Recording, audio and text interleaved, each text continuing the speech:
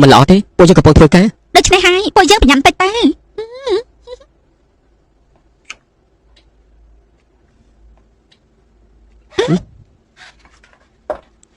ស្អីគេហ្នឹងអ្នកណាគេហ្នឹង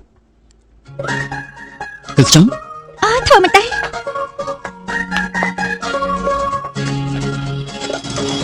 សុំទៅផងខ្ញុំគឺដើរក៏ផ្លឹងទេអើយខាងក្រៅត្រូវចាប់ផ្ដើមឲ្យពលឺភ្លើងត្រូវបាក់គ្រប់គ្រាន់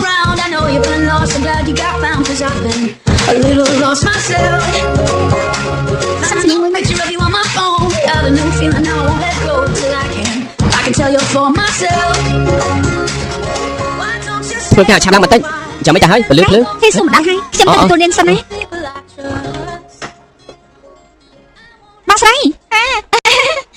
បងជាប្រិយមិត្តរបស់លោកជាងដែរទេ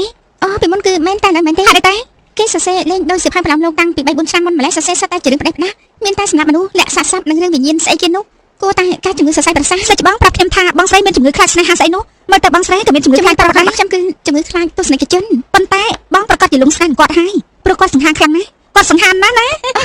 កំលេងសាច់អីគេសង្ហាណាស់ហ៎បងចង់ជួបហើយហ្នឹងហ៎អញ្ចឹងចូល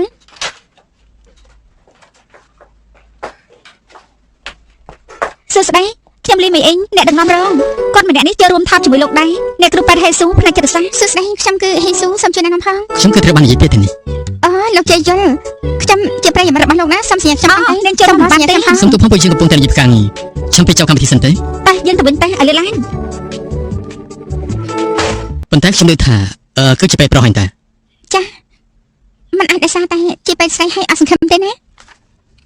តែទូនេះទេខ្ញុំព្រោះតែរងចាំការពិភាក្សាដល់ខ្លាំងមួយប៉ុន្តែនាងស្អាតពេកហើយ